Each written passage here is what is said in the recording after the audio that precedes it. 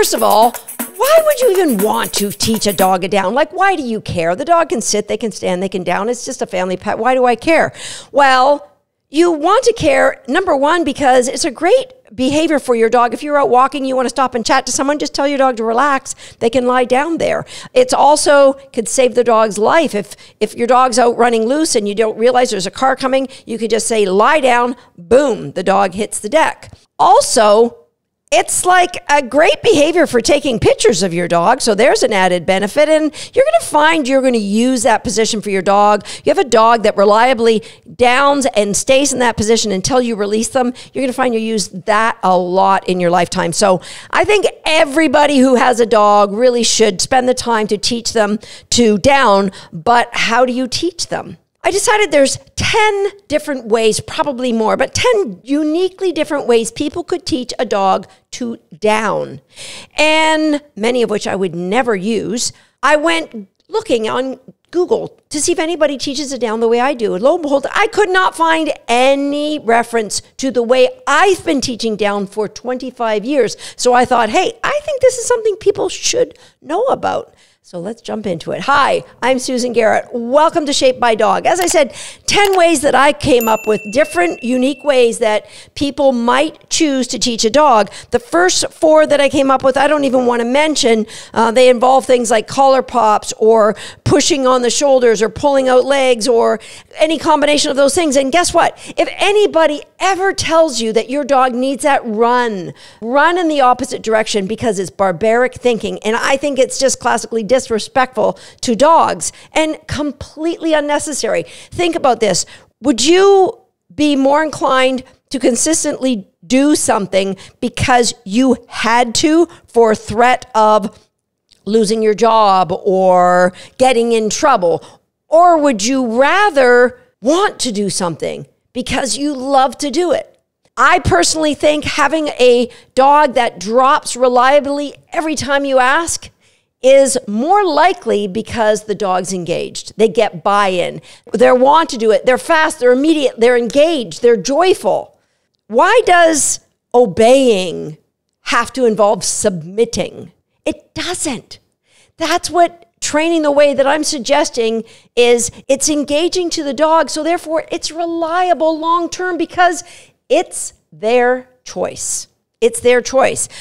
But guess what? You do it right, the dog's always going to want to do it. So the first 4 ways of teaching it down, I would advise you don't even think about. The number 5 on my list is probably the most common way most people teach a down.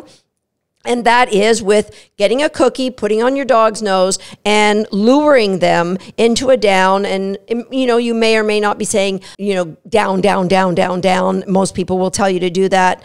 Again, really, really bad advice. And the last time I taught a down using a lure was with my puppy in 1992. So that was, hey, this is 2022. So that was 30 years ago. Was the last time that I use a food lure to train a down. Hey, that's a bit of a celebration. So no, what I'm going to teach you today does not involve using food lure. You know, and it's not bad, it's not wrong if you do, but there's artifacts in the behavior that you have to get rid of. You have to get rid of the shadowing of your body, the dog, you know, building on different things. And obviously, you have to be able to fade the food lure because the dog is just going to be popping up looking for more food, among other reasons why it's just not something that I ever do. Okay, number 6, you could capture it. So you look around the house to when your dog's lying down and you could run in and give them cookies and tell them they're amazing. That's really going to take you a long time. It'll work eventually, but it's probably going to take you a long time to get that. Number 7, you could free shape, which means you could have a bowl of cookies and a clicker and you could just, you know, click pieces of a behavior that leads you to getting your dog into a down position. Now, the problem with free shaping is you might get some cheap behaviors attached to it. You might get the dog spinning or the dog going into a sit and then walking into a down. I don't think it's as engaged for the dog. I don't think you're likely to get fast downs when you're teaching with free shaping. I'm not saying it's impossible because there's a lot of, you know, clever dog trainers that might, but it's not one that I would do. Number 8, and this is a method I have used. I've used this one with one of my terriers because I had a problem getting her to want to go into a down. Now, this was, again, 30 years ago, so I don't know that I would use this again, but I wouldn't rule it out. And that is shaping a dog. I would sit on the floor with my knees bent, and I would use a target stick to get them to go under my knee. When they got under my knee, then I would just give them cookies. I think I have done this with Border Collies as well. It's just a fun and different way you can try it to teach a down, and it's, involves lots of cookie. It does take a little bit longer, I think. It's a fun trick. You might want to try it. So using a target stick, getting the dog to go under your leg, and then eventually you have to fade out the leg, right? And the dog is still laying in the down. Okay, number 9 is using that target stick. On my YouTube channel, you will find a video where I teach you how to teach targeting with a target stick, among other things. So you teach a dog to touch their nose to the stick, and you can make up your own stick with a wooden dowel and put a little wiffle ball on the end. Teach the dog to touch the wiffle ball, and then lower the wiffle ball between the dog's front legs. You're going to click and reward them maybe part way down, and eventually they're going to go to the ground, and you're going to reward that. Give them release, keep repeating that. That's an easy way to teach a down behavior, and it's not one that I really use. What I do mostly is number 10, and that is I use targets. I use paw targets or body targets. That is how I teach my dogs the fast and reliable and driven and crazy. I really want to get into that position. But before we begin, if you are listening to this podcast, you might want to jump on over to YouTube at some point, because as I describe each of these targeting methods, I'm going to show a demonstration on the video on YouTube. And if you are watching this on YouTube and you'd like a little bit more detail about any one of these 4 targeting methods, just leave me a comment and I can shoot you a short video describing in more detail any one of the methods you'd like to know more about. Okay, and so let's jump in. And there's more than one target. There's 4 different ways that I will do this. And some dogs prefer to use a tug reward. Some dogs prefer to use a food reward. I'm going to share with you exactly what that looks like for your dog. All right. So teaching the downs with targets, there's some prerequisites. First of all, your dog needs to understand the it's your choice game, because we want the dog to not be diving at your hands for cookies. And lucky you, I'm going to give you a link in the show notes or a description here on YouTube of how you can teach your dog the it's your choice game. Remember, I want my dogs down to be their choice. It's your choice is really the foundation of everything I do with my dogs. So they understand you have the right to choose, but if I'm doing my job as a trainer, I'm going to inspire you to want to choose exactly what I want you to do. All right, so it's your choice, number 1 criteria. Number 2 criteria is a release word. Here's what most people do. They spend all the time luring the dog to the ground or getting the dog to the ground. They don't teach the dog when they can get up. So what they get is as soon as they eat the cookie, the dog pops up. I want the dog to understand the release words first. So I have 3 release words that I use. And again, you can find out how I teach them on my YouTube channel. So the first one is search. When I say search to my dog, that means you can go and find the cookie that I just threw. All right, so super important that they are looking for a cookie when they hear the word search. Number 2, I teach the word break, and I've got podcast episode number 134 where I talk about control behaviors. I go into detail about how I teach the break, but really I teach it in crate games. My puppies are raised with crate games, and so they have such clear understanding of that release word. If you're using a word like okay, I strongly encourage you to change it to a word that you don't use as often as okay, because it gets really difficult for the dog to understand, is it okay if I leave now or not? So please, you don't have to use break, but I would encourage you to use a different word. All right, so we've got search means you can go and find cookies. Break means you can get up and, come and hang out with me or do what you want. And get it. Get it is a release word that means grab this toy. Now you can throw the toy, or you can present it to the dog, but it means you now can get out of position. Now, why do we care if we have these release words? It makes teaching the down so much easier because we build in duration right at the beginning. So the dog understands the down isn't just pop up like a jack-in-the-box. A down is hold position. That's the game, hold position. And I can use a tug toy as a little temptation for them to want to hold position, or my cookies as a temptation. So really dial in your release word first. Okay, so it's your choice is the first criteria. Second criteria is the dog's understanding of a release word. Okay, next up is the cue. Think about the cue that you would like to use for the dog's down position. Now, down sounds like a good cue. That's the one I use with my dogs. But I want you to consider, do you use down in other instances with your dog? Like, for example, are you one of the people that are inclined to say, sit down?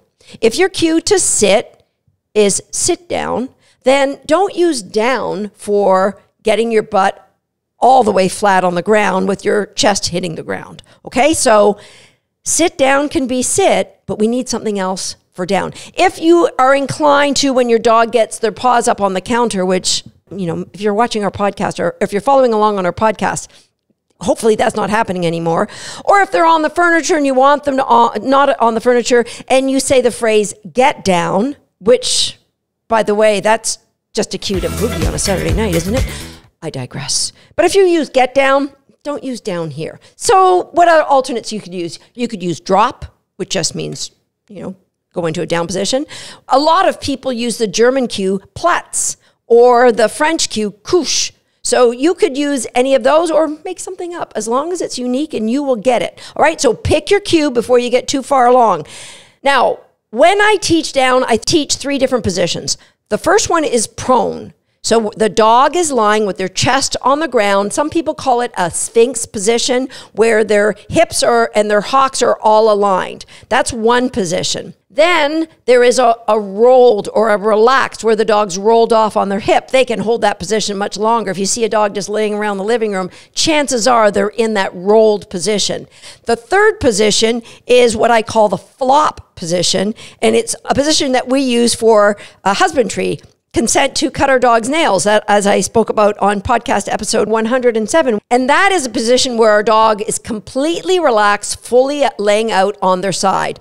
We're going to start with position 1, the Sphinx position. That's what I'm going to teach, and they can be morphed into either of those other ones, but we start with that Sphinx position first.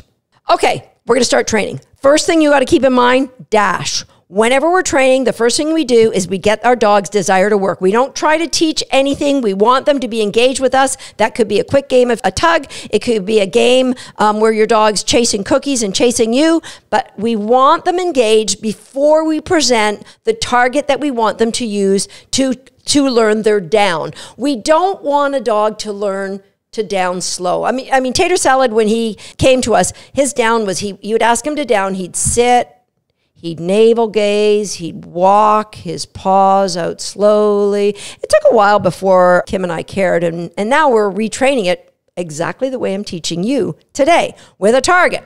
Okay, so we want it fast, so you need to start with engagement, the D of dash, before we move to the A, the accuracy, and this is what it looks like. So for me, what I often do is I use a low table, so an agility table or something, a prop like a Cato board. I recognize many of you listening aren't going to have either. That's okay. I'm just sharing with you. This is something that I often do. And what I do is I get the dog tugging around the table. I might go all the way around and give them the release cue. They release the toy, and then I say, get it again, until I go back, maybe all the way around the table. And then I kind of pull it out of their mouth and I turn towards the table and wait. All they have to do is put one paw on the table, and then I reward that. I'm shaping with a tug toy. I love to shape with a tug toy. It doesn't take long before the dog jumps up on that. Now with a Cato board, it's so low. What I'll do is I'll tug the dog all the way up on the Cato board. I'll tell them out and get it on the Cato board. So now we've got a dog who's on the board. They're standing because we're tugging. Okay, so what I'm going to do is I'm going to help them understand the criteria of being on that board. So I'm going to try to pull them off the board. If they come off, I don't say out. I just take the toy out of their mouth and I wait. Of course, they're going to jump back on the board. Oh yeah, party begins now. And so now I've got a dog who understands they have to be on the board. So now I lower my body so I'm sitting on the ground. Guess what they're more likely to offer? So I'm going to wait. So we're tugging. They know they're on the board. They get the tug. But now I'm not going to give it to them right away. I'm going to wait till they offer something else. They might offer sit. I'll reward that. Get it with a tug. And then I'll pull it out of their mouth and I'll wait for something else. They might offer a sit again. It doesn't get me what I want. They'll go into a down. Boom, get it. Eventually, all they'll do is offer the down, and they'll offer it fast because they know it creates this game. The game is get into the down, and then when I present the toy and say, get it, that's your release. I delay how long I'm waiting. Eventually, they're in a down, and I might go 1 and 2. In my head, I'm counting to maybe 3, and then I say, get it. And maybe the next time I say, get it immediately. Now they're progressing. They've got this down, and they're quivering. They're loving this game so much. I might present the toy, and they pop up, and I put it away because I'm adding challenge. 5C pyramid, right? The dogs love this, but it's not the only way that I teach down. Okay, this is another thing that I do with puppies. Love, love, love this. I have a puppy around the house. I get a bed with sides, not so tall that the puppy has to like climb a mountain to get in, but sides that create a little bit of a barrier. And I sit on the ground and I have some cookies. The puppy immediately, because the bed's in front of me, they're going to come into the bed. I'm going to say the word search, and this is important. I'm going to throw the cookie behind them. So why wouldn't I be giving them cookies for coming into the bed? Because I want them to learn to drop fast, to go into the down really fast. So I'm getting the D, the desire, up before I work at letting them drop into a down. So I might maybe 2 or 3, toss it a little bit behind them, tell them search. The game is find your cookie, come back to the bed as fast as you can. Find your cookie. And after 2 or 3 of those, I'm not going to feed them right away. So they're in their bed. They're going to be like, this is the place to be. And so they're going to offer something else. Maybe they back up. I'm going to give them a cookie right in the bed. This time, I'm not going to say search because they're already excited. And then they're going to offer something else. I might say search then, throw the cookie behind. They come back in. I'm shaping, but I'm shaping with a dog engaged. So sometimes I give them cookies in the bed. Sometimes I throw it behind them. I'm waiting for them to offer a down. I'm sitting on the ground. It happens really, really fast. The edges of the bed encourage the puppy to jump in and land in the bed. That's the really cool thing about shaping with a bed. Okay. You can now combine those two. So you've done a little bit of shaping in the bed and pull the couch cushions off your couch. And just, if you've got a small dog, you can just use one couch cushion and you can stack them up so the dog has to jump up and they're going to be more inclined to drop into the down position. If you've got a really big dog like a St. Bernard, this one might not work as well, but one cushion could, but we're not going to try and get their whole body on one cushion. We're going to use just the front paws, all right? So hold that thought. You're going to do the same thing as we did for bed games. We're just going to use couch cushions. Now, front paw targeting. Go to my YouTube page, Perchwork, Pivots, and Spins. We're going to teach the dog to target something. A bath mat would be great because it's got a rubber backing, so it's not going to move, and you're going to teach your dog. They're going to put their front paws on it. You're going to say search, toss a cookie behind. Eventually, they're going to come flying in. You're going to go on the ground. So they're more likely going to offer things like getting into a down. You're just going to shape that by throwing the cookie in front, dropping a cookie on the ground. When they come onto the mat, back and forth, they're going to want to offer a down. I've also done this with a front paw targeting using a target stick lengthwise, where the dog comes in and they hit their front feet on that target. Now, what you might want to do is eventually move to something more slippery so the dog kind of skids on their front feet into a down. That's kind of fun, especially if you're doing obedience. It's teaching a dog to love the game.